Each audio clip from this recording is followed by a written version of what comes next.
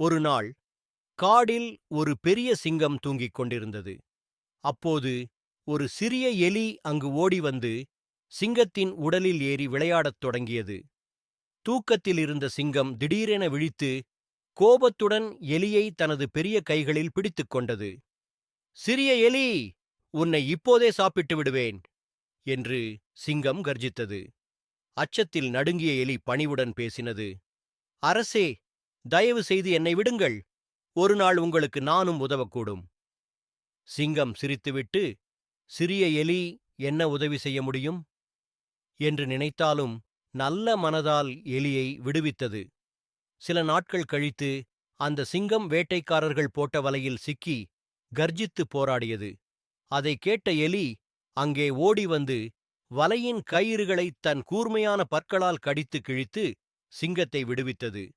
சிங்கம் மிகுந்த மகிழ்ச்சியுடன், "சிறியவனாக இருந்தாலும் பெரிய உதவியைச் செய்துவிட்டாய், உன்னை நான் மதிக்கிறேன்" என்று நன்றி கூறியது.